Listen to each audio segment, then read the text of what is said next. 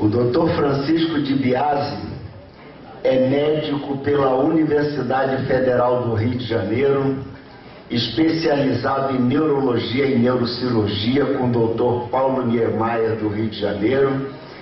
Ele é pós-graduado em neurocirurgia pela PUC-Rio, é o único Grand PhD da América do Sul, título concedido pela World Information Distributed University da Bélgica, desculpe o inglês,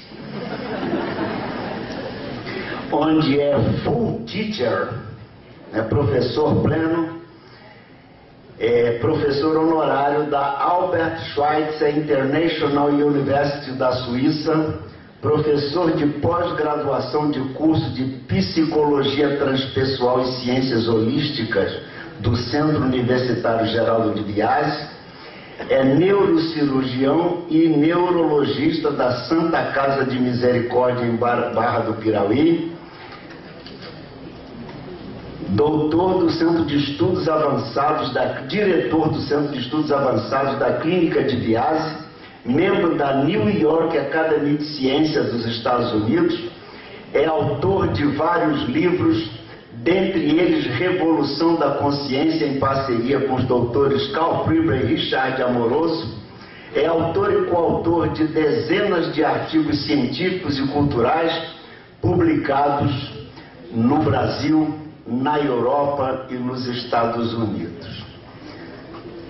Companheiros, com vocês, o professor, doutor, Grand PhD, Francisco de Biasi.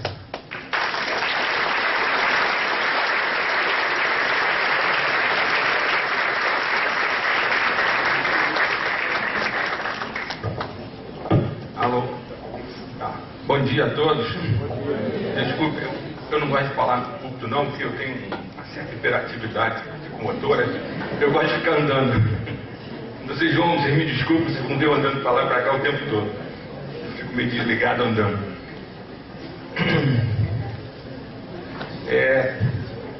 Tudo isso que vocês estão vendo aí, na verdade, eu sou médico, viu? E meu trabalho no dia de cidade holística, eu vou adorar. Obrigado, gente. A Universidade Holística que tem aqui em Itajubá.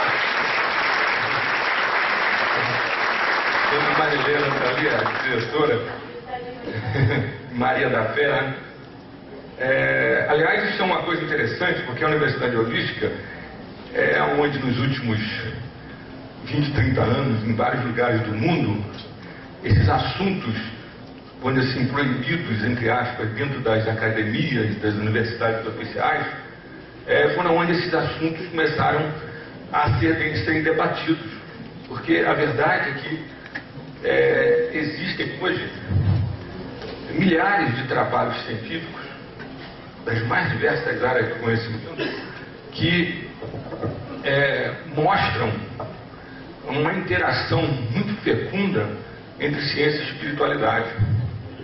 Mas como o paradigma vigente dentro das academias, das instituições universitárias, é o paradigma materialístico, cartesiano, newtoniano, que a gente chama, né? Sempre se despreza esse monte de trabalhos, apesar de estarem publicados em revistas científicas importantes. Simplesmente não se fala nessas coisas, porque falar nisso tudo implicaria em se fazer uma mudança paradigmática. Em vez de se falar de uma forma reducionista, fragmentadora, só usando a ciência newtoniana, da física newtoniana do século XIX, não se fala nada do que a ciência que mudou o século XX, que foi a física quântica e a relativista,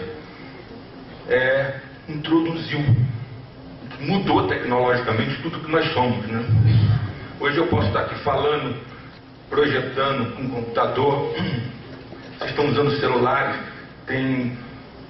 no hospital nós temos ressonância, tomografia, e tem satélites transmitindo televisão para todo mundo, porque existe a física quântica.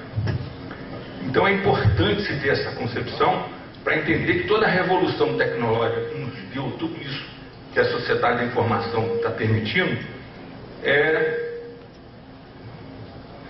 é um paradigma mais abrangente, é um paradigma holístico, no sentido de que é distribuído, porque além da ciência em si, é um paradigma que mostra uma interconexão de tudo no universo. Vocês vão ver, vou mostrar isso. E a definição desse novo paradigma holístico, que introduz a espiritualidade em todos esses debates, é de que ele é um paradigma que tem a ciência como base, porque sem a ciência a gente não pisa com o pé firme em lugar nenhum. O método científico permite a gente ter certeza do que está fazendo, né? Mas além da ciência, entram as filosofias, tanto orientais quanto ocidentais, as mitologias, as artes e a espiritualidade. Isso dá uma abrangência muito maior, uma visão de mundo muito maior acerca de tudo, acerca do nosso posicionamento como pessoas, como homens e mulheres dentro desse universo, do que é esse universo, o que nós estamos fazendo aqui. Então o que eu vou mostrar para vocês hoje é uma tentativa que eu venho fazendo nos últimos 30 anos, venho publicando isso no mundo inteiro, me deu um certo reconhecimento nos meios científicos mundiais, daí esses títulos aí, é que com esse conhecimento é possível integrarmos perfeitamente ciência e espiritualidade. A espiritualidade passa a ser entendida até cientificamente, vocês vão ver, sem que isso desmereça a espiritualidade. Passa a ser uma disciplina como qualquer outra, porque nós sofremos aqui no Ocidente uma situação meio esquizofrênica, em que a partir do Renascimento, com a criação do método científico, e logo depois com a filosofia cartesiana de Descartes, que separou corpo e mente, homem do universo, aquela coisa do cogito ergo sum, né? Penso, logo existo. Existe a res cógica, a res pensante, a coisa pensante, e a res extensa, que é a res material, a coisa material. Isso separou completamente o conhecimento nos últimos 300 anos. Teologia, religião, passou a ser uma coisa separada do resto dos conhecimentos. Surgiram as universidades e aí foram surgindo as ciências humanas e naturais, hoje tecnológicas, biológicas, etc. E até, por incrível que pareça, até mais da metade do século XX, que é mais ou menos os anos 70, essa separação não era discutida. Então o problema da consciência, no sentido de espírito, daquilo que vem da língua latina, espírito, que na língua anglo-saxônica, em inglês, eles chamam de consciousness, diferente de consciência e de awareness, que é mais o alerta, o conteúdo da consciência. Consciousness é mais ou menos o que a gente fala como espírito em língua latina. Aliás, tem que tomar cuidado com isso, porque nos trabalhos sobre consciousness, sobre consciência nesse sentido mais amplo, quando são traduzidos para as línguas latinas, francês, espanhol, português, são traduzidos como consciência. E às vezes a pessoa confunde com essa consciência mais restrita do conteúdo da consciência mental. Bom, primeiro slide, por favor. Pode apagar essa luz aqui? Fica melhor a imagem. Bom, vim falar de ciência espiritual. Mostro uma imagem de duas galáxias se chocando, não sei como é, que todo. É o seguinte, isso aí não é uma imagem desenhada, não. Isso é uma fotografia, o que mostra o avanço da nossa tecnologia. Isso é uma fotografia do telescópio Hubble, que está em órbita em volta do planeta. Alguém tem aquele point laser aí? O Franklin está aí, ele estava com um. Está aqui em cima? Púlpito. É uma caneta? Ok. Vocês estão vendo aqui uma galáxia maior e uma menor, e elas estão se chocando, emitindo um feixe imenso de energia, isso se chama de quasar. E é um dos maiores feixes energéticos conhecidos pela nossa ciência. É uma galáxia situada a bilhões de anos-luz de distância. Bilhões de anos-luz de distância é o tempo que a luz leva para chegar, correndo bilhões de anos a 300 mil km por segundo. É uma distância imensurável. Pois bem, eu trago essa imagem mais para lembrar a gente o seguinte, para a gente discutir o problema da espiritualidade da ciência, dessa inter-relação. Nós estamos discutindo basicamente a nossa posição dentro desse universo. Então é preciso que a gente tenha consciência plena para que isso possa funcionar e a cabeça da gente ir mudando de paradigma, que tudo que nós somos hoje já está aqui. Todos os nossos átomos e moléculas são constituídos por átomos que já existiam nessas galáxias. Quando o universo evolui, gera as galáxias, forma as estrelas, cada pontinho desse é uma estrela. Algumas dessas estrelas envelhecem, viram o que se chama supernova e explodem. No interior dessas fornalhas nucleares, que são as estrelas que funcionam como se estivesse explodindo milhões de bombas atômicas a cada segundo, quando elas sofrem a transformação, principalmente do hidrogênio por o hélio, que é o segundo elemento da tabela periódica, né? O hidrogênio é a substância mais comum no universo. A transformação nuclear disso gera energia. Mas essa transformação continua em outros elementos, terceiro, quarto, quinto da tabela periódica, e se forma dentro dessas estrelas carbono. Quando elas explodem como supernovas, esse carbono espalha no universo. Em alguns locais privilegiados, aconteceu aqui em volta dessa estrelinha que é o Sol, numa distância que nós estamos do planeta Terra, em volta desse Sol. E esse carbono permite o aparecimento de moléculas mais complexas que levam ao surgimento da vida. Moléculas de DNA, de proteínas, que são a base de todas as formas de vida que nós conhecemos. Então nós somos seres, unidades de carbono. Sem carbono no universo nós não existiríamos. Quando vocês estudaram física orgânica, química orgânica, lembram que o esqueleto das moléculas orgânicas é tudo feito de carbono. Bom, então lembrem-se disso. Nós somos fruto de uma evolução cósmica, uma evolução cosmológica, uma cosmogonia, que a gente poderia dizer, como se fala nos mitos de todas as civilizações, em que, a partir do que a gente acha que foi uma explosão inicial, chamada Big Bang, né, foram se formando no universo energia, matéria, vida e consciência. E até onde nós sabemos, nós somos o fruto mais evoluído de tudo isso. Aquela porção de energia, matéria e informação no universo que toma consciência de si mesmo. Na verdade, o que nós somos nessa evolução toda? Nós somos o próprio universo que toma consciência de si mesmo, através dos nossos olhos, através da nossa mente, da nossa consciência. Poucas pessoas têm consciência disso. A maior parte das pessoas se sentem à parte do universo, mas nós estamos integrados com tudo isso. Uma integração que permite hoje, com o conhecimento que vem da física moderna, da nova física, entender os seres vivos e a consciência de uma maneira nova. Próximo. Eu não vou entrar em detalhes sobre as maneiras que sempre se imaginou no planeta Terra essa origem toda.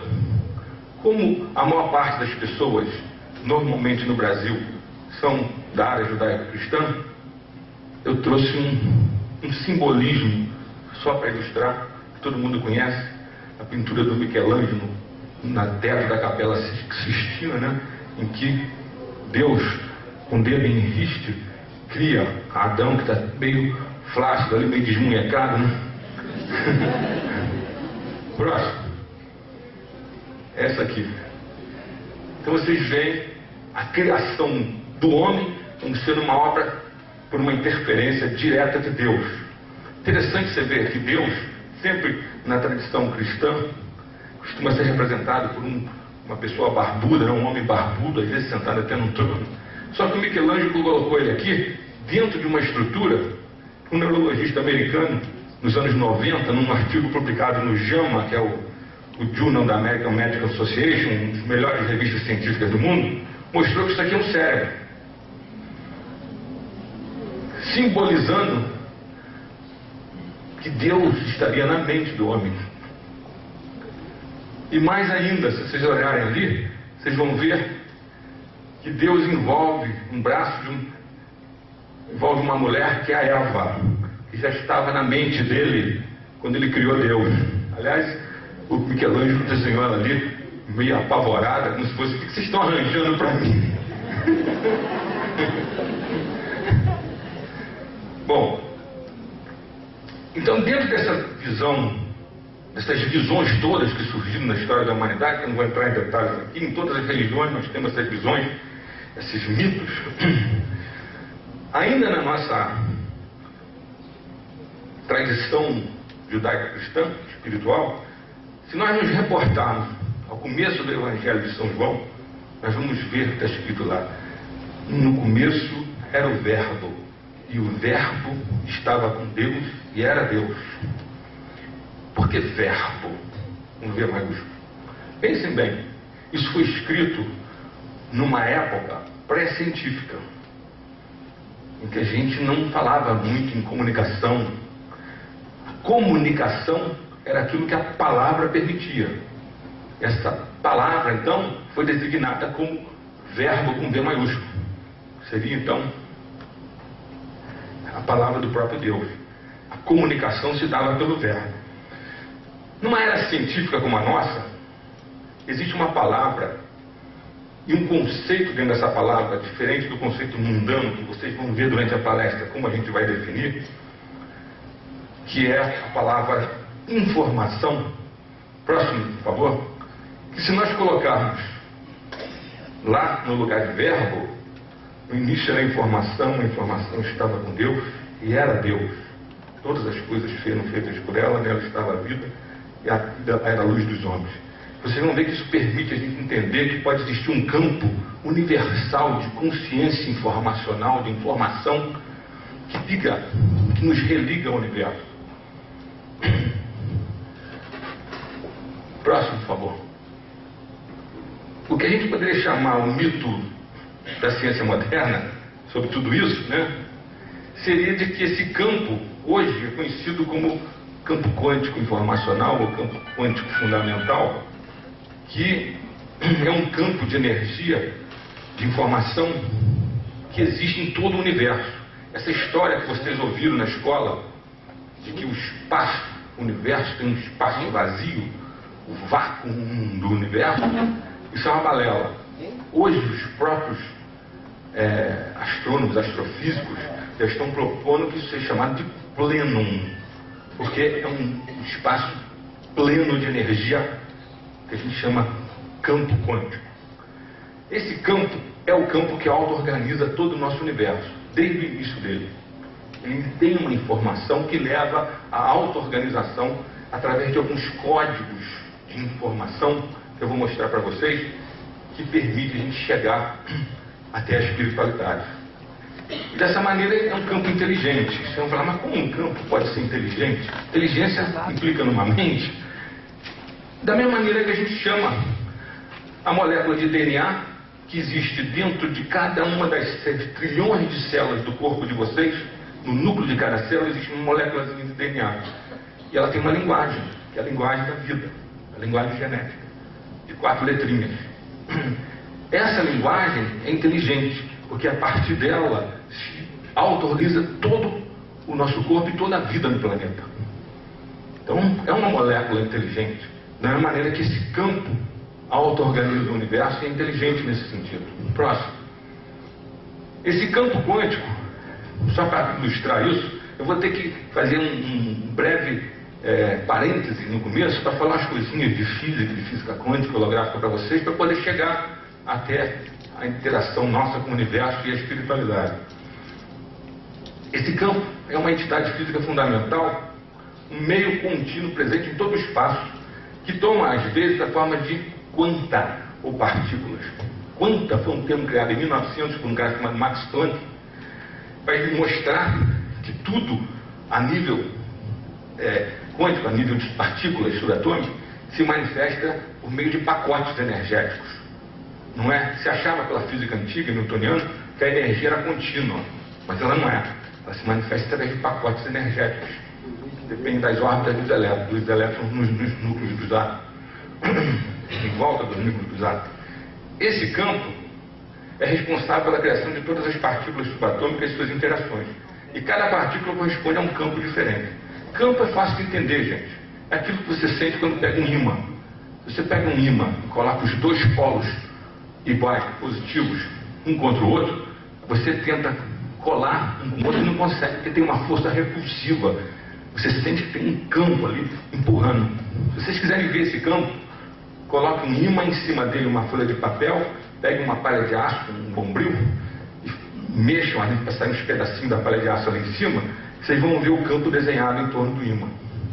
Porque aquela malha de ferro, ela assume a direção do campo magnético do ímã. Então um campo é uma coisa real, apesar de você não ver. Você pode sentir a força dele quando você põe um ímã contra o outro. Então, nessas teorias do campo quântico, eles dizem que a diferença entre partículas e espaço não existe. O espaço, na verdade, que gera tudo isso, é partícula também. Próximo. Então, essas partículas, na verdade, elas são meras condensações locais de um campo universal, que num determinado momento tomam essa configuração energética. São condensações de energia que vão e vêm e se dissolvem no campo subjacente. Esse vai e vem é um negócio assim que ocorre a trilionésimos de segundo. Essas partículas aparecem e desaparecem no espaço. Por isso, até os físicos, no início, quando isso foi detectado, passaram a chamar isso de partículas virtuais. Até um termo meio errado, porque na verdade são partículas que aparecem e desaparecem. O Einstein, que foi o grande gênio do século XX, a teoria dele da relatividade, foi um dos pais também da física quântica, apesar de depois ele ter achado que ela é incompleta e tentado mostrar que tem que ser feita uma coisa mais exata, diz que a matéria é constituída pelas regiões do espaço em que o campo é extremamente intenso. Próximo. Esse é o homem que mudou o século XX. Eu não sei se vocês sabem. Esse homem, ele era um funcionário de terceira classe de um escritório de patentes em Berna, na Suíça. Sentadinho ali na mesa dele, com o chefe dele enchendo o saco dele porque ele deixava de trabalhar para ficar escrevendo equações, só pensando e usando uma caneta, esse homem conseguiu concluir coisas acerca da natureza do universo. Isso é uma coisa impressionante, né? Como é que a mente está tão ligada ao universo e a gente não vê isso no nosso materialismo. É tão ligada que você é capaz de pegar no universo leis universais, como por exemplo essa que ele descobriu, o próximo. Talvez seja a fórmula mais conhecida da história da ciência, né? Para quem não é da área científica, energia é igual a matéria, massa, multiplicada por c ao quadrado, c é a velocidade da luz. São 300 mil quilômetros por segundo. Então vocês reparem o seguinte nessa equação. Qualquer matemática de primeiro grau mostra isso. A energia aqui vai ser muito grande, porque o quadrado de c, quadrado de 300 mil multiplicado por ele mesmo, é um número imenso. Então, esse número, mesmo multiplicado por uma quantidade de matéria pequenininha, vai dar uma quantidade de energia muito grande. Por isso que 1 quilo de plutônio ou 2 quilos de urânio enriquecido criam uma bomba atômica que pode destruir uma cidade com aquela liberação de energia. É a energia que está dentro da matéria. Agora, vocês imaginam a pessoa chegar a uma conclusão dessa, calculando, e depois se comprovar que isso é verdade. O fato de a gente viver numa era nuclear, com reatores nucleares, com bombas atômicas, isso tudo foi uma confirmação de que essa formulazinha é uma verdade do universo. Como o Einstein gostava de dizer, é a maneira que Deus escreveu o universo. Essas leis da física que nós encontramos e comprovamos depois que são verdadeiras, é a maneira que Deus escreve o universo e que a gente tem que descobrir para ir atrás dele. A busca da ciência, no fundo, também é uma busca de Deus, uma busca de sentido para tudo isso. Próximo. Outra consequência da teoria do Einstein é de que o espaço se curva na presença de matéria. Isso aqui seria uma estrela, um sol, curvando o espaço, e aqui o planeta giraria em volta dessa estrela, não porque tem uma atração, como diz a física clássica que vocês estudaram no secundário, a física newtoniana, aquele negócio de matéria atrai matéria, na razão direta das massas, na razão inversa do quadrado da distância. Isso aí é verídico para pequenos espaços, pequenas distâncias, mas no universo inteiro o que acontece é curvaturas da geometria do espaço. Próximo. O primeiro cara que deu origem a uma mudança no pensamento newtoniano, e ele diz que isso foi até um pouco a contragosto, dizia, né? Foi esse Max Planck. Ele é um troço surpreendente que o início da teoria quântica, foi o cara que descreveu a teoria quântica, pode ser determinado com uma surpreendente precisão. O início da tarde de domingo, 7 de outubro de 1900, quando o Max Planck, da Universidade de Berlim, tentava compreender como a energia radiante emitida por objetos quentes variava com a temperatura. Vejam bem, gente, 7 de outubro de 1900, na tarde de domingo. Você vê o que é a preocupação de uma pessoa em querer realmente descobrir as leis de Deus que estão na natureza. Ele não vai ficar na tarde de domingo, como a maior parte dos brasileiros, tomando cerveja e comendo churrasco. Não. Ele está preocupado com coisas mais profundas e corre para o laboratório dele e descobre uma coisa que mudou o nosso mundo. Planck queria encontrar uma fórmula elegante que pudesse funcionar em qualquer circunstância para medir essa energia radiante emitida por objetos quentes variando com a temperatura. E descobriu que só teria sucesso fazendo uma hipótese insólita, que o calor e a luz não são contínuos, mas emergem dos objetos em pacotes. Esses pacotes se chamam de quanta, que é a palavra latina para quantidade. E daí nasceu a física quântica. Aqui vocês estão vendo Planck dando um prêmio aqui para o Einstein, no atual Instituto Max Planck de Berlim, na Alemanha, um dos maiores universidades e centros tecnológicos do mundo. Próximo.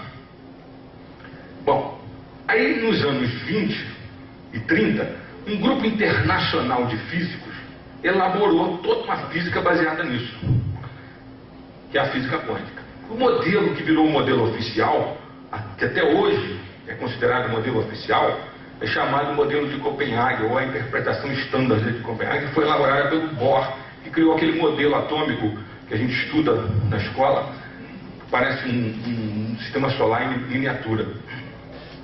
E um outro cara importante foi o cara chamado Schrödinger, vocês vão ver já quem é, que criou uma equação que é a equação básica da física quântica, que mostra que o estado de um sistema quântico é determinado que eles chamam de função de onda. O que é isso? São quantidades matemáticas abstratas, fruto de cálculo, com todas as propriedades características das ondas. Como eram quantidades matemáticas que pareciam com as matemáticas das ondas que a gente normalmente tem nos estudos de física, então se passou a chamar de velocidade da luz, C. Então ele não podia admitir que alguma coisa no universo pudesse ser mais rápido que a luz, mais de 300 mil km por segundo. Como o Bohr falava em não localidade, em informação instantânea, ele teve que ir contra e criou então todo um caminho novo, uma ideia de que a física quântica seria incompleta. Isso persiste ainda até hoje. essa briga, porque para que a teoria do Bohr seja viável, é preciso que se descubra uma partícula que é prevista nos cálculos, chamada bóson de Higgs.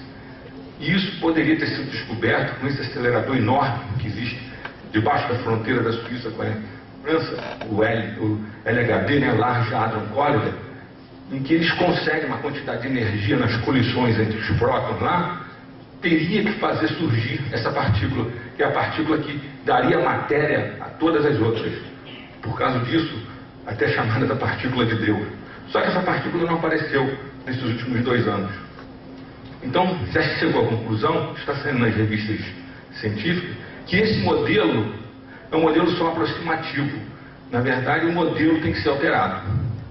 Mas existem outros modelos na física quântica. Ela não é um modelo só. Vocês vão ver já no próximo. Bom, essa interpretação, essas ondas de probabilidade, segundo Capra, não representam probabilidade de coisas, mas probabilidade das interconexões serem feitas entre os átomos. O Capra, para quem não conhece, escreveu um livro que virou um best-seller mundial nos anos 70 e 80, chamado O Tao da Física, Tao de Taoísmo, caminho. Na filosofia chinesa antiga, Tao é o caminho, né? Esse livro mostrou que existe uma inter-relação muito próxima, um paralelismo muito próximo entre o que a física quântica diz hoje, e a física relativista, e o que está descrito nas filosofias das grandes tradições espirituais da humanidade. No hinduísmo, no budismo, no cristianismo, no judaísmo, no taoísmo. Tudo que eles falam tem a ver com o que a física quântica está descobrindo. Se vocês puderem ler, um livro não matemático, maravilhoso, que até hoje está sendo vendido. O Tao da Física. Acho que no Brasil é da editora Pensamento, ou da Cultrix, é junto. Próximo. Bom, isso é importante de falar. Nessa interpretação existe um fenômeno que os físicos não conseguem explicar direito até hoje. Eles chamam de colapso da função de onda. Vocês olham que coisa louca. Função de onda, como vocês viram, é uma abstração matemática. É um cálculo matemático que dá uma função de onda. E eles começaram, nos experimentos, a ver que havia uma inseparabilidade entre os sistemas quânticos. Eles não podiam ser separados dos sistemas de medição e do observador, que existe uma unidade entre o observador, o processo de observação e o observado. Quando eu faço um experimento, a minha consciência entra na jogada. Eu, o observador, o processo de observação, o microscópio, o telescópio, e o observado são uma unidade indivisível. Formam uma unidade indivisível. E quando você observa e mede a coisa, faz a medição, nesse instante, de um reino quântico de probabilidades que essas equações do Schrödinger dão, você então passa a ter uma realidade tridimensional do nosso mundo normal aqui, que seria newtoniana de física clássica. Eles chamam então essa passagem de um reino de probabilidade para um reino mais real de colapso da função de onda. Mas isso é uma maluquice se você pensar. Porque como é que uma função de onda, que é uma abstração matemática, pensa bem, fica um negócio meio louco, né? Pode colapsar e gerar uma realidade no mundo. Pode modificar e de repente aquilo tudo se transforma numa realidade. Mas isso pegou, e aí passou a se entender que a consciência entra na jogada. Como o cálculo é fruto da consciência humana, então se deixou que a coisa andasse. Existe todo um ramo da física quântica hoje que acha então que a consciência é parte da criação do universo.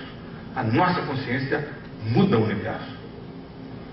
Nós estamos conversando aqui sobre esses assuntos e as mudanças, os conhecimentos que estão gerando o que a gente chama em neurociência de neuroplasticidade no seu cérebro, formação de redes neurais novas, estão mudando o universo.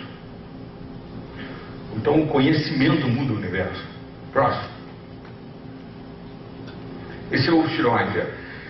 Ele, quando viu as consequências que o Einstein colocava de paradoxos que poderiam existir a nível da realidade macroscópica com essas ideias, ele criou uma experiência mental chamada gato de Schrödinger.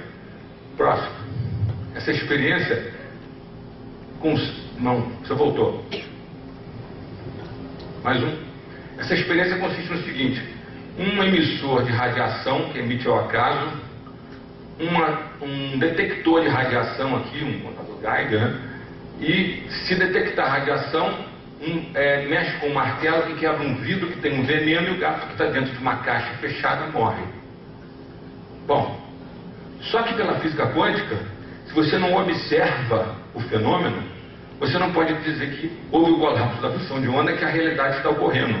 Então, ele teria que estar existindo, esse gato, em um monte de probabilidades entre vivo e morto ao mesmo tempo. Olha que maluquice. O Schrödinger mostrou que isso era uma maluquice. Então ele criou um experimento mental em 1935 que demonstra o paradoxo da interpretação de Copenhague quando aplicada a objetos macroscópicos do nosso dia a dia, como nesse exemplo do gato. Nesse experimento ele criou o termo entrelaçamento ou emaranhamento quântico, que hoje, que é a era da teoria da informação quântica que nasceu nos anos 90, essa coisa do emaranhamento, do entanglement, o entrelaçamento das partículas quânticas, como se fosse uma só, está explicando melhor essa situação. Próximo. Um outro modelo que é muito importante, que surgiu nos anos 70, aliás, começou a surgir nos anos 50 e foi desenvolvido nos anos 60 e 70 por um sujeito chamado David Bohm, foi quando esse cara aplicou as equações da física holográfica àquela equação do Schrödinger, mostrando que era muito mais fácil de você interpretar a equação e que você passava a ter uma física determinística, porque a física clássica, quântica, ela é indeterminística, ela é probabilística.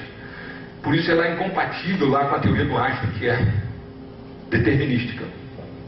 Até hoje ficaram esses dois modelos incompatíveis um com o outro. E nesse modelo do David Bohm, ele mostra que, na verdade, nós somos um universo explícito ou manifesto que vem de uma realidade oculta, que é só de frequências de ondas. E que essa realidade oculta, como nós não temos acesso, ele chama de implícita. E que elas estariam conectadas de modo instantâneo, pelaquela informação instantânea não local da física quântica, pelo que ele chamou de holomovimento. Continua aquela concepção de que a realidade é um todo dinâmico e indivisível, no qual sujeito e objeto são partes inseparadas um do outro. Só que passa a ser uma coisa determinística, não probabilística, e o universo passa a ser visto em termos concretos. Ele faz uma analogia como um holograma. Aí você fala, mas holograma? Holograma não é aquela imagem virtual? Quem assistiu o último filme Guerra nas Estrelas? Um dos últimos filmes, vocês viram o Conselho Jedi reunido e um dos conselheiros estava no meio ali com um holograma, conversando com os outros. Aquela imagem virtual. No primeiro filme dos anos 70, né? Vocês se lembram quando o Luke Skywalker manda uma mensagem para a princesa Leia? Quem leva é aquele robô pequenininho, o R2-D2. Aí ele emite uma imagem holográfica da princesa Leia dizendo a mensagem. O holograma hoje é uma coisa comum. Foi descoberto nos anos 40, foi criado experimentalmente nos anos 60, e hoje já tem lojas, às vezes você vê holograma de objetos que estão à venda. Bom, o fato de o universo poder ser comparado a um holograma, a uma realidade virtual, é uma analogia disso, vejam bem. O próprio Bohm fala isso. Implica numa coisa muito importante. Porque na física holográfica, as equações e a experimentação mostram. Próximo. Acho que tem um. Esse é o David Bohm. Aqui está com o Uri Geller. Lembra do Uri Geller que amassava os garfos e as facas? Ele era interessado em como é que a mente afetava a matéria e fazia experiência com esse cara. Aqui ele conversando com Krishnamurti, que é um sábio hindu, né? Aquele era interessado no que falava essas tradições. Aqui uma reunião de físicos. Próximo. Quero mostrar aqui. Um holograma é Você tem um objeto, no caso aqui uma maçã, você emite uma onda que tem que ser de uma frequência só, do tipo de um laser, né? Ela reflete esse objeto numa placa. Tá? Você emitir um outro laser, mistura com esse aqui, formando um padrão de interferência de ondas, que a gente diz, aqui não está mostrando, mas você vai ver aqui no espaço uma imagem virtual desse objeto real. Esse é um holograma daquele objeto real. Mas o que eu quero dizer aqui, da importância do holograma, é o seguinte: é que nesse sistema físico, cada parte do sistema contém a informação do todo. Vejam bem, cada parte do sistema tem a informação distribuída do todo. Então nessa placa aqui, tem a informação do todo distribuída nela. Se eu quebrar essa placa aqui em 50 pedacinhos, cada um desses pedacinhos vai emitir uma maçã inteira, e não pedaços da maçã. Se eu botar 200 pedacinhos, continua emitindo a maçã inteira. A única coisa que pode ocorrer, se você fizer muitas fragmentações, é ficar um pouco desfocado, mas a imagem, a informação sobre a imagem está ali codificada. Se o universo é assim, é um holograma, e como diz o David Bohm, que cada parte contém a informação do todo, o que nós estamos falando com isso, gente? Aquilo que as tradições espirituais vão falando há milênios, de forma simbólica e metafórica. Quando você reza o Pai Nosso, você não fala assim na terra como no céu? Você não fala o Pai está dentro de nós? Fora da nossa tradição judaico-cristã, nos Upanishads, no hinduísmo, eles não falam tudo que está dentro é igual a tudo que está fora. Os alquimistas aqui no Ocidente não falavam tudo que está em cima é igual a tudo que está embaixo. Vou lembrar aqui de umas coisas. No budismo Mahayana, existe uma metáfora linda, que é a metáfora do colar infinito de gemas preciosas que existiria em cima do castelo do deus Indra, e que esse colar teriam as gemas dispostas de uma tal maneira que cada uma delas refletiria todas as outras ao mesmo tempo. Isso é um sistema holográfico, que a informação tem toda a parte do sistema. Então nós já estamos falando isso de forma metafórica e simbólica há milênios, em todas as tradições espirituais. Nós estamos alcançando agora uma maneira mais racional, mais cognitiva de explicar isso com toda a nossa física computadorizada, matemática do século XX e XXI. E isso é que está permitindo que a gente entenda a espiritualidade de uma maneira nova, como vocês vão ver. Próximo. Existem outros modelos que eu não vou entrar em detalhe. O modelo dos multi-universos, o modelo do Heisenberg, o modelo Bootstrap, mas são detalhes. Esse negócio do universo quântico holográfico, o cara que descobriu o holograma é o Dennis Gabor. Mostrou que da dimensão de frequência, que a gente chama de espectro de frequência, dimensão espectral, você pode reconstruir matematicamente, experimentalmente, um objeto virtual, no caso é o holograma, nas dimensões espaço-temporais. Isso está ocorrendo a todo momento quando nós estamos olhando. Isso já é comprovado experimentalmente. Eu estou olhando para vocês aqui, o que está acontecendo? Eu tenho um monte de formas aqui e um monte de cores da roupa de vocês. Cada forma e cada cor corresponde a uma frequência de onda diferente, que vai imprimir uma informação nos neurônios da minha retina. Se cada miradinha que eu desse com o meu olho, os meus neurônios tivessem que fazer o cálculo de tudo isso a todo momento, não haveria neurônios suficientes para calcular tudo isso. O que os neurônios fazem? Eles pegam isso tudo e fazem um cálculo que dá um resultante, uma frequência de onda resultante. Isso é uma coisa que já foi descrita desde o século XVIII por um matemático francês chamado Fourier. Isso em matemática como transformações de Fourier. Você pega um monte de ondas, soma elas todas e dá uma resultante. É o que acontece com o piano, por exemplo. Quando você toca o piano, cada corda naquela vibra numa frequência diferente. A soma de todas elas é uma resultante que você está ouvindo como música. Você pode calcular essa resultante pelas transformações de Fourier. Bom, então, está muito complicado isso? Não. Está dando para entender? Então, essas ondas todas que entram aqui na minha retina, meu neurônio faz um cálculo e dá uma resultante. Essa resultante é que vai entrar pelo meu nervo óptico como um pulso digital e vai lá na região occipital, que é a área de visão do cérebro, onde vai ser integrado com outras informações. Então, eu a todo momento estou atuando com essa matemática que permite o cálculo das frequências que vêm dessa área toda de espaço e tempo que vocês estão, serem transformadas numa resultante que é um mundo de frequências que entra lá para dentro de mim. Isso você calcula pelas transformações de Fourier. O que o Gabor fez foi mostrar que o cálculo inverso é possível. Dessa resultante eu posso calcular de novo tudo que está no espaço-tempo. Só que quando eu faço isso experimentalmente, eu crio uma imagem virtual, que é o holograma. Uma imagem bonzinha de vocês todos no espaço. Só que é virtual. Posso passar a mão por dentro dela. Entendeu? Então o holograma permite isso. E se o universo é holográfico, como o David Bohm vem mostrou que ele já morreu, realmente a informação do todo está em cada parte. Se eu sou uma pessoa que tem uma consciência sobre esse universo, eu tenho a consciência da informação do todo o universo. Como que a gente pode chegar a essa informação total? É o que a espiritualidade vai mostrar. Chega nisso no final. Aqui, detalhe. Próximo. Bom, então, para terminar essa introdução de física quântica, Brain Cosmic, Cérebro e Código. Isso aí é a capa de uma revista que saiu agora. Eu venho publicando muitos trabalhos sobre esse assunto. Essa revista Brain Cosmic saiu, uma revista eletrônica, que sai só na internet. Saiu agora e eles entraram em contato comigo que queriam colocar no primeiro número um trabalho sobre a minha teoria da consciência, que chama teoria holoinformacional da consciência. Porque permite a conexão com o universo. E aí eu peguei a capa deles lá para fazer esse slide. Unidade de todas as coisas, isso é uma consequência da não localidade, da informação instantânea. Tudo no universo está conectado, instantaneamente.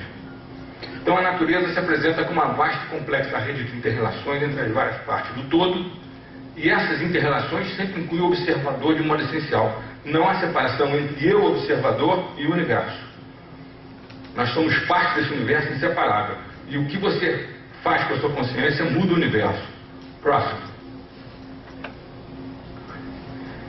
As partículas subatômicas não têm significado como entidades isoladas, mas somente podem ser entendidas como interconexões entre esses eventos energéticos informacionais do universo.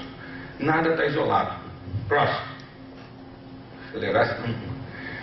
A teoria quântica revela uma unidade básica e indivisível do universo, ao demonstrar que não é possível decompor o cosmos em pequenas unidades com existência independente. Tudo está interconectado. Nós somos interconectados com tudo isso. Nós temos mania de achar que existe um limite da nossa pele. Um psicólogo de Harvard, que introduziu o Zen budismo no Ocidente, de uma forma mais intensa, é que falava isso, que a gente acha que é separado pela nossa pele do universo. O Alan Watts, que o cara chama. Na verdade, nós não temos essa separação. Isso é uma fantasia nossa. O Pierre Weiler chamava isso de fantasia da separatividade. Como se você fosse separado do universo. Não é. Basta você ver todos os ciclos biogeoquímicos de inter-relação dos seres vivos com o planeta, a ecologia toda, que mostra que só a sobrevivência da vida interagindo continuamente com tudo no planeta. E nós somos parte dessa vida. Próximo. Então nós não podemos nunca falar acerca da natureza se ao mesmo tempo falar da gente.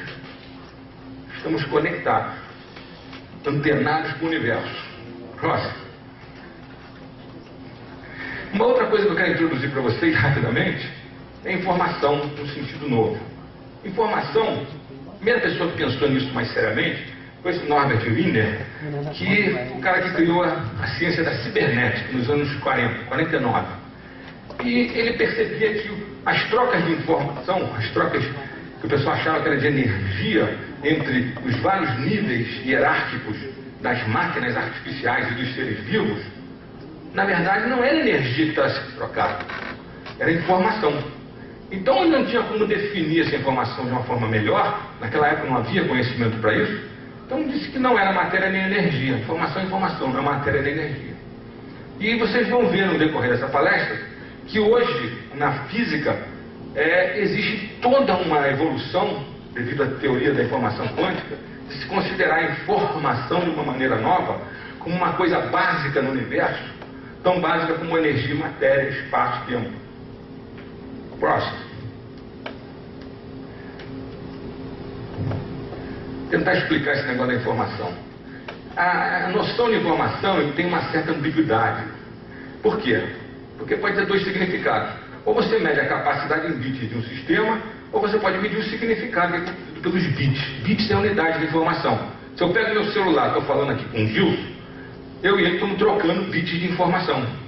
O que eu falo aqui é decodificado, de fala é transformado em pulso digital, depois em onda eletromagnética, vai lá na central, depois há uma decodificação para a voz de novo, e você ouve o que eu estou falando. Pelos cálculos clássicos desse Shannon, que foi um engenheiro que criou a teoria da informação clássica, pode-se calcular quantos bits de informação nós trocamos. Ah, vocês falaram 2 minutos, tocaram tantos bits de informação, tantas unidades de informação. Só que essa teoria e essa equação não fala nada sobre o conteúdo do que nós falamos, que é o mais importante. Esse conteúdo, na fórmula clássica, é a incerteza sobre o sistema. Tá? Isso, então, quando se começou a estudar o problema da informação quântica, gerou um problema sério. Então, eu comecei a ver nos meus estudos de consciência que eu queria que a consciência fosse não local, que essa teoria clássica da informação, que é dependente da capacidade em bits, ela é incapaz de fornecer uma conexão adequada com o conceito de informação não local da teoria quântica. E também com a consciência, depende dessa não localidade. Então nós precisamos de uma visão mais radical da informação para elaborar uma visão mais radical da natureza da consciência. Qual é essa visão? Próximo. Bom, primeira coisa é entender o tal do paradoxo Einstein-Podolsky-Rosen, que é um trabalho que o Einstein fez com esses dois auxiliares, que ficou conhecido como paradoxo EPR, que é aquele negócio de que a física quântica deveria ser incompleta por não ser determinística. Mas isso depois evoluiu e o David Bohm conseguiu criar uma física quântica determinística, que é holográfica. Então esse paradoxo foi superado. Próximo. Nessa visão informacional quântica do universo, o observador é incluído como parte do sistema e o universo quântico muda porque a mente desencadeia uma transferência de informação a nível subatômico. Eu estou analisando um sistema, eu sou um cientista e estou analisando um sistema, isso aqui. Aí eu começo a estudar isso aqui, eu não conheço nada, tenho zero de informação sobre isso na minha cabeça. Conforme eu começo a estudar isso, através do método científico, passa uma informação para o meu cérebro, de coisas que eu vou deduzindo com os experimentos que eu estou fazendo. Então está crescendo no meu cérebro uma quantidade de informação. Entenderam? Só que a informação aí tem que ser entendida de uma forma como se tivesse um status, como tem energia e a matéria no universo. Isso permite, e alguns físicos a partir dos anos 90 fizeram isso, principalmente um cara chamado Zurek, é que por baixo daquela lei que todo mundo estuda no secundário, da conservação da energia, matéria e da energia, né? Então fala que nada no universo se perde, nada se perde, tudo se transforma, né? Por baixo dessa lei de conservação da energia e matéria, existe uma lei da conservação da informação. E informação entendida dessa maneira nova. Próximo. Que é importante para a gente entender a consciência. Um físico desse é o Stonier. Fala que informação é o princípio organizacional cósmico com um status igual à matéria e energia. Filósofos da ciência, como David Chalmers, colocam que a consciência é também um aspecto redutivo do universo, naquele sentido que eu falei para vocês de consciousness, de espírito. Tal como o espaço, o tempo e a matéria. Você tem que considerar a consciência como uma informação não local, uma coisa básica do universo. Só assim você foge do paradigma materialístico clássico. Essa imagem que vocês estão vendo aí foi a primeira imagem do nosso planeta, tirada pela Apolo 8 da Lua. Apolo 8 foi antes da Apolo 11, que pousou na Lua, né? E deram a volta na Lua, tiraram essa foto da Terra nascendo, né? Isso aí deu até um insight enorme no Campbell. Campbell foi um maior mitologista dos últimos tempos, um cara que entendia de todos os mitos da história humana. E ele dizia que o grande problema da nossa civilização atual é que nós não temos um mito. Todas as grandes civilizações tiveram um mito orientador. A nossa não tem. Então, quando ele viu essa imagem, ele entendeu, de repente, que o nosso mito é o planeta nosso. a preservação da vida. Hoje a gente fala muito em preservar a vida, mas a gente esquece que nós somos uma bolinha de vida num universo enorme, né? E que esse universo se manifesta através de nós, da nossa consciência, e que se vê através de nós. Toma consciência de si mesmo através de nós, e que independe de preservar os ecossistemas dessa bolinha. Próximo. Bom, isso é a minha definição de informação, baseada na informação quântica, não local, em que eu defino consciência com base nisso. Informação é uma propriedade intrínseca, irredutível e não local do universo, básica no universo, capaz de gerar ordem, auto-organização e complexidade. Esse negócio aí me veio assim como uma eliminação. Eu gosto de contar essa história para vocês entenderem. Primeira vez que eu fui apresentar um trabalho sobre consciência não local, informacional, fora do Brasil, foi num congresso internacional em Portugal, na Universidade de Lisboa. Havia um congresso lá chamado Science and the Primacy of Consciousness, a ciência e a primazia da consciência. E os grandes pesquisadores do mundo na área de consciência estavam lá. Isso foi em 90, meio dos anos 90. Bom, aí eu levei a minha ideia, mas quando eu apresentei a minha ideia, eu não entrei em detalhes de informação quântica, não tinha tempo para isso, né? E aí dois sujeitos que estavam lá, era um congresso internacional, um cara da Austrália, um outro da Inglaterra, que tinham uma teoria baseada na informação clássica sobre a consciência, quiseram me dar uma rasteira. E aí começaram a me pressionar, fazer umas perguntas, que essa maneira de falar de informação estava muito diferente e tal. E pediram que eu definisse então tudo isso. Olha, você é acuado assim, num congresso internacional, cheio de gente desconhecida do mundo inteiro, você é o único brasileiro presente ali, você se sente exprimido. Eu sei que nessa hora eu me lembrei assim, como se tivesse uma visão panorâmica de tudo que eu tinha estudado sobre esses assuntos, informação, física quântica, consciência. Aquilo veio assim, veio em bloco. E essa frase se formou na minha cabeça. Quando eu defini dessa maneira a informação, todo mundo ficou quieto. E aí, o moderador da minha conferência, que era o Carl Pribban, criador da teoria holográfica do funcionamento do cérebro, uma das maiores autoridades mundiais na área de estudo da consciência, levantou.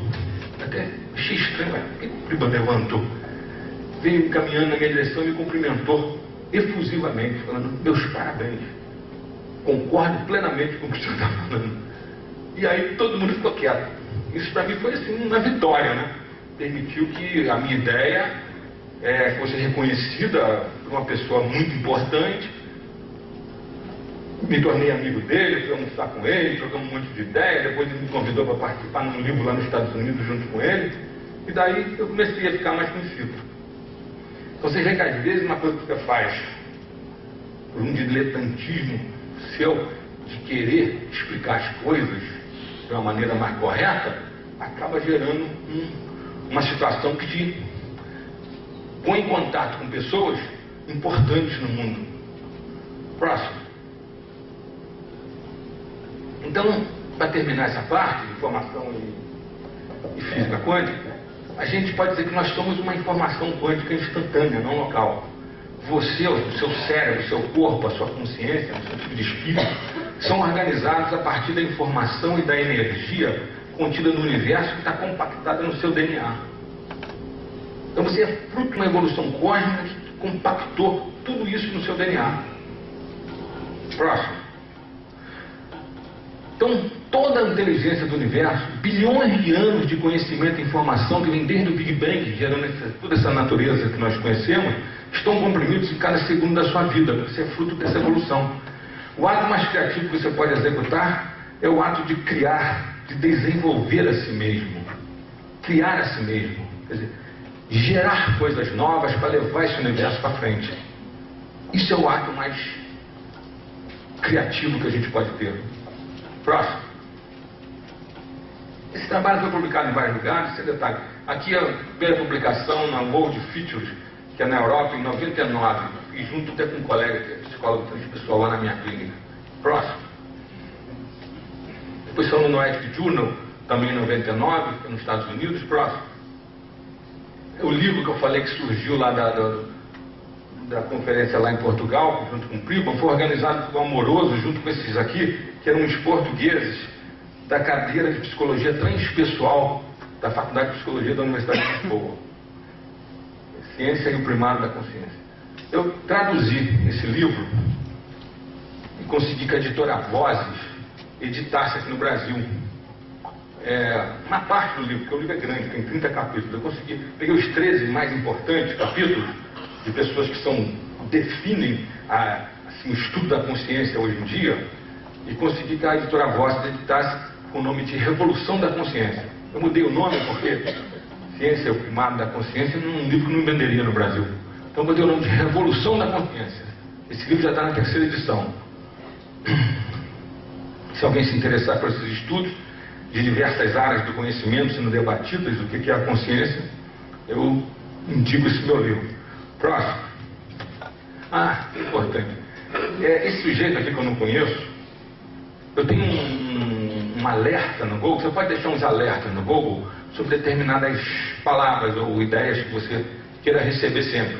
E eu deixo sobre o meu nome e a palavra holoinformação, holoinformation, que é uma palavra que eu criei. Uma informação total, que implica a informação local, newtoniana, clássica, e a informação não local juntas. Quando eu coloquei isso no Google, começou a aparecer só nos meus trabalhos na Europa, nos Estados Unidos, aqui no Brasil. E de uns anos para cá, começou a aparecer em outros trabalhos, pessoas me citando. E recentemente, esse cara lá de Israel criou uma teoria de tudo, que eles chamam hoje uma teoria universal, física. Ele é um físico. E ele me cita 5 vezes essa minha ideia de holoinformação. Próximo. Esse é um trabalho mais recente, de 2009. Foi publicado numa revista chamada Quantum Biosystems. Quantum Biosystems. Só estudos da vida dos sistemas biológicos com base na física quântica. Esse meu modelo é um modelo mais já bem depurado que eu fiz, modelo holoinformacional dessas coisas. Próximo. Bom, aí nós vamos entrar então em como analisar a neurociência com a física quântica. Uma coisa que sempre me deixou intrigada é que a gente estudava neurociência, estudei nos anos 70, eu tenho 63 anos, e ninguém falava nessa ciência moderna da física quântica, da física relativista, que mudou o século XX. A gente só estudava a física, a neurociência com base na física antiga, newtoniana, do século XIX. Isso me intrigava, até que eu achei um cara chamado Sir John Eccles, virou Sir porque ele ganhou o Prêmio Nobel de Medicina, foi o primeiro cara a aplicar as ideias da física quântica nesse trabalho aqui, publicado em 86. Os eventos mentais causam eventos neurais de forma análoga aos campos de probabilidade da física, da mecânica quântica. Foi publicado nos Proceedings da Royal Society de Londres, em 86. E aí ele mostra que existiriam no cérebro conjuntos de dendritos, que são prolongamentos dos neurônios, das células nervosas, os prolongamentos menores, que formariam redes e se comunicariam com o que ele chamou de psícons, que seria o lado espiritual da coisa. Isso gerou um debate enorme nos meios científicos, e ele foi até colocado no meio de lado por causa disso, por falar em espiritualidade, numa época em que ninguém falava disso. Mais recentemente, mostrando 2 extremos, em 96, o Hameroff, que é um anestesista da Universidade do Arizona, e o Penrose, que é um físico matemático, Prêmio Nobel da Universidade de Oxford, publicaram um trabalho mostrando que pode ocorrer fenômenos de coerência quântica, fenômenos quânticos, dentro dos microtúbulos neurais, que são uns túbulos finíssimos, microscópicos, que existem por dentro dos sônios, que são os prolongamentos maiores dos neurônios. E essa teoria vem sendo desenvolvida até hoje. Próximo. São 2 exemplos de aplicação de teoria Esse é o cito eco. Próximo. Sinapses são os contatos entre os... Bom, mas para entender isso tudo, a gente precisa entender que aqui precisava ter uma curva que mostra um aumento da informação conforme você vai da cosmosfera, através da biosfera, para a noosfera, que é o mundo das ideias, até a conscienciosfera, que é o mundo do espírito. Uma curva daquelas que vão formando um joelho e de repente a quantidade de informação aumenta muito. Próximo. Existe uma maneira, um código cósmico que a evolução cósmica utiliza para poder fazer aparecer no espaço-tempo os códigos informacionais quântico-holográficos, com base naquela teoria quântica do David Bohm, que auto-organizam os padrões básicos do universo. Próximo. Estamos chegando lá. O código básico é o código nuclear, que todos nós conhecemos. Começamos a utilizar de uma maneira errada. A primeira coisa que a gente fez quando conheceu bem esse código foi jogar 2 bombas atômicas na cabeça dos japoneses. Isso é um nível físico. Próximo. O nível seguinte, o patamar seguinte de complexificação do universo é a biosfera, baseada num outro tipo de código informacional, que é o código genético, que auto-organiza a vida. Aí a informação está armazenada na molécula de DNA. É o nível biológico e biosocial. Próximo. O próximo nível é o código neural da noosfera, do mundo das ideias. A auto-organização do sistema nervoso. A informação está armazenada nas redes neurais. É o nível neuropsicológico e sociocultural. É a evolução cósmica. Próximo. Esse daí se subdivide. Nós estamos justamente entrando nessa fase agora da nossa civilização, numa tecnosfera em que geramos códigos de inteligência artificial. Esses códigos de inteligência artificial auto-organizam a nossa técnico-sociedade. E a informação está armazenada em hardware, software e na internet. É o mundo de hoje nosso. É um nível técnico-social próximo, que junto com a evolução biotecnológica vai nos transformar provavelmente em cyborgs, organismos cibernéticos. Já está começando. Nós não estamos nos enchendo de próteses, de chips para estimular o cérebro. Já estamos começando a fazer isso. Em mais uns 40, 50 anos, vai ser difícil diferenciar a gente de máquinas artificiais. Nós vamos evoluir para uma era em que os padrões de matéria e energia no universo vão se tornar saturados com processos inteligentes e de conhecimento. Próximo. Até que nós então chegamos na conscienciosfera, que baseada nesse código quântico holográfico do universo e da mente, que também tem um funcionamento quântico holográfico, que foi desenvolvido pelo Dr. Carl Prima, auto-organiza de forma local, com a informação comum newtoniana, e de forma não local, com a informação quântica não local, é uma consciência universal da qual nós somos parte. Nós, ligados dessa maneira quântico-holográfica com o universo, o que nós estamos fazendo? Nós estamos reintegrando, nos reintegrando, religando. A palavra religião vem disso, vem de religare, do latim religare. Quando nós entendemos cientificamente que nós temos uma consciência que através de auto-organização de sistemas físicos, quântico-holográficos, locais e não locais, nos religa instantaneamente com a nossa fonte, que é esse universo, da onde nós nos originamos, nós estamos falando em quê? No nível espiritual. O nível espiritual é o que te reconecta à sua fonte. E a nossa ciência hoje está nos reconectando com a nossa fonte. Então, nós chegamos a um ponto em que estamos explicando a espiritualidade de uma forma nova. Isso não tira o mérito de tudo que a gente sempre colocou dentro das nossas tradições espirituais. Só que a gente passa a entender isso de uma forma mais racional. Entendeu? É como diz o Ken Wilber, filósofo, pai da psicologia transpessoal americano, nós estamos numa era em que nós, se perguntarmos a um cientista, você acredita em Deus? ele provavelmente vai responder: claro, eu sou um cientista. E que esta dicotomia que vem desde o Renascimento, que separou de forma esquizofrênica religião e espiritualidade no nosso mundo, vai acabar. E a espiritualidade vai passar a ser parte dos próprios experimentos da ciência natural. E isso hoje está acontecendo. Vocês hoje, se vocês procurarem sobre estudos de oração, de meditação, de visualização, vocês vão encontrar milhares de trabalhos nas revistas científicas em que você está usando as máquinas modernas de ressonância funcional, mapeamento cerebral, tomografia com emissão de pósito, para ver o cérebro funcionando quando a pessoa está em oração profunda ou quando ela está meditando.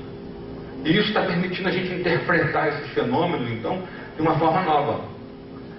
Tá? Eu tinha mais coisa para falar, mas eu acho que o tempo já acabou, né? Deixa eu só terminar então.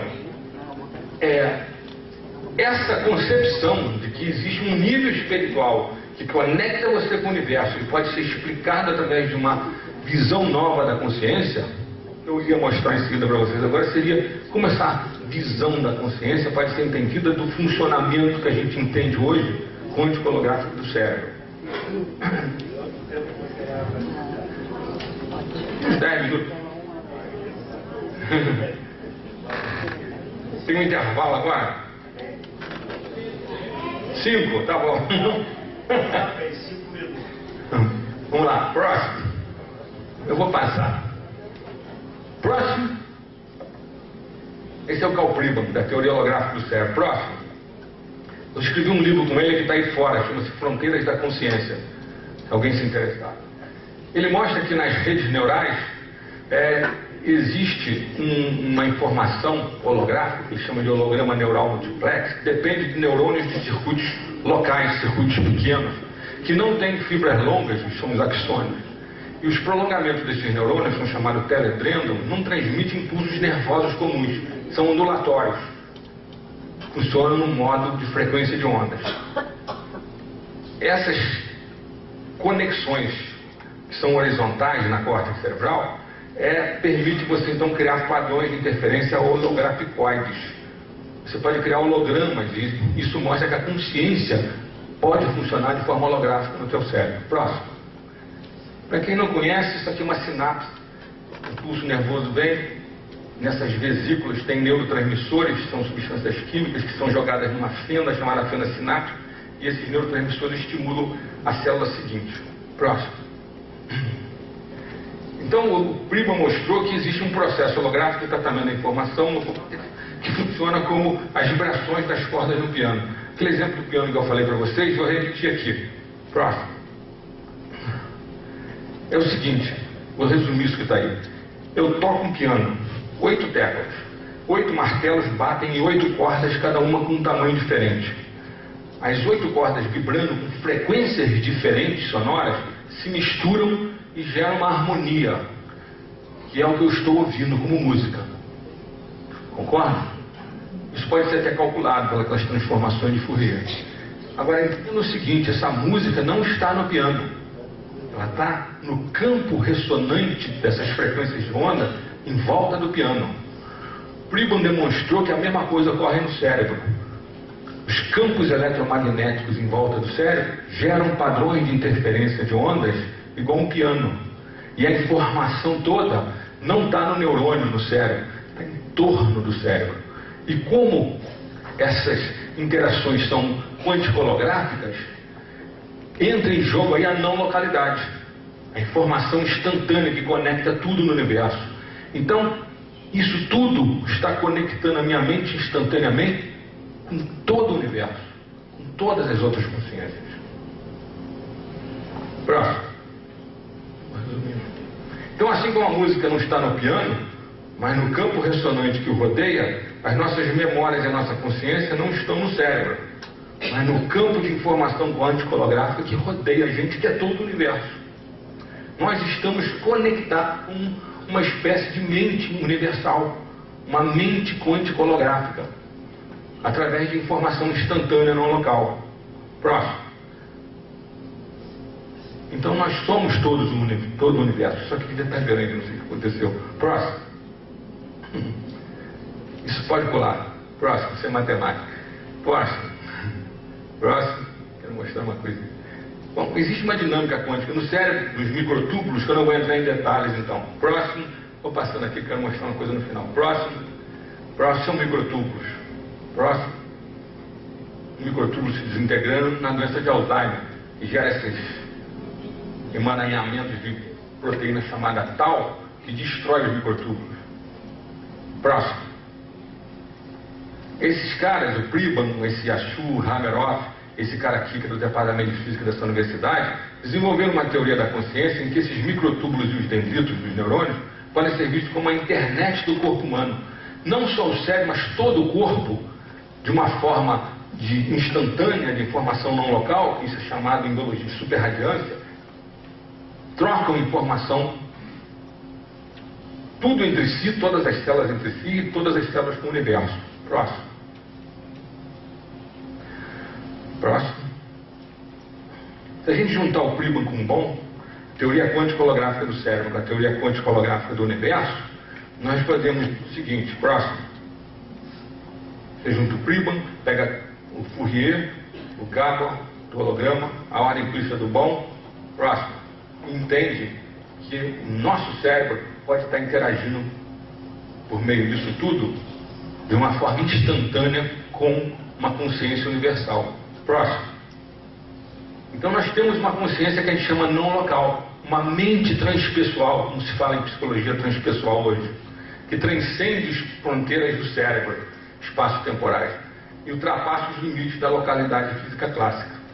Ultrapassa o cérebro, os limites da pessoa, então comporta-se como uma mente transpessoal que transcende os nossos limites pessoais e interage continuamente com todo o universo. Nós estamos interagindo continuamente com todo o universo. Próximo. Então, matéria, vida e consciência formam uma unidade com esses processos informacionais interagindo por meio de relações não locais, instantâneas, que são holísticas, distribuídas, internas à própria estrutura do universo, e simultaneamente por meio das relações locais mecanicísticas externas da física clássica. Isso eu chamo de holoinformação. Próximo. Isso é uma extensão do que o Eccles fez e que o Pribam está fazendo. Acho que nós escrevemos um livro junto em homenagem ao Eccles, esse livro que está lá fora. Próximo. Próximo. Próximo. Próximo. Quero chegar aqui. Mais um. Então, existe uma consciência universal do qual nossa mente é um subsistema parecido com um holograma. O holograma é uma analogia, porque o holograma é uma coisa muito estática e essa estrutura não local é dinâmica. Então, é um subsistema de um holograma universal que está acessando e interpretando esse universo holográfico. Nós somos esse campo holoinformacional de consciência e não observadores externos a ela. O paradigma materialístico nunca conseguiu explicar a consciência, o que é chamado em filosofia da ciência de hard problem, problema difícil da consciência, porque tem um problema físico da consciência no cérebro, mas não é a mesma coisa do que eu tomar consciência da rosa que está na minha mão. A rosa que está na minha mão não são as imagens que eu estou vendo no cérebro na ressonância funcional. É uma outra coisa, um fenômeno, uma coisa fenomenológica. Isso é chamado em filosofia da ciência de hard problem, problema difícil. Esse problema difícil só existe quando você analisa o universo como se você fosse a parte dele. A partir do momento que você entende que você é o universo, que você é essa consciência universal, como Cristo fala na Bíblia, vós sois deuses, na hora que você entende que você é Deus, tudo isso está dentro de você, acaba o problema. Nós podemos entender que nós somos esse campo de holoinformação e não observador externo a tudo isso. Isso é ser espiritual, porque isso está nos reconectando à nossa fonte, que é essa inteligência universal, que deu origem a todo esse universo que nós estamos começando a molhar os pés nas águas desse oceano cósmico, como dizia o Carl Sagan na série Cósmica. Então a nossa civilização tecnológica atingiu um nível agora que nós estamos conhecendo as leis do universo e começando a molhar os pés no oceano cósmico. Isso é uma coisa sem fim. É um conhecimento sem fim que vai nos mostrar qual é essa verdade que existe por trás disso tudo. E se realmente nós somos deuses. Muito obrigado.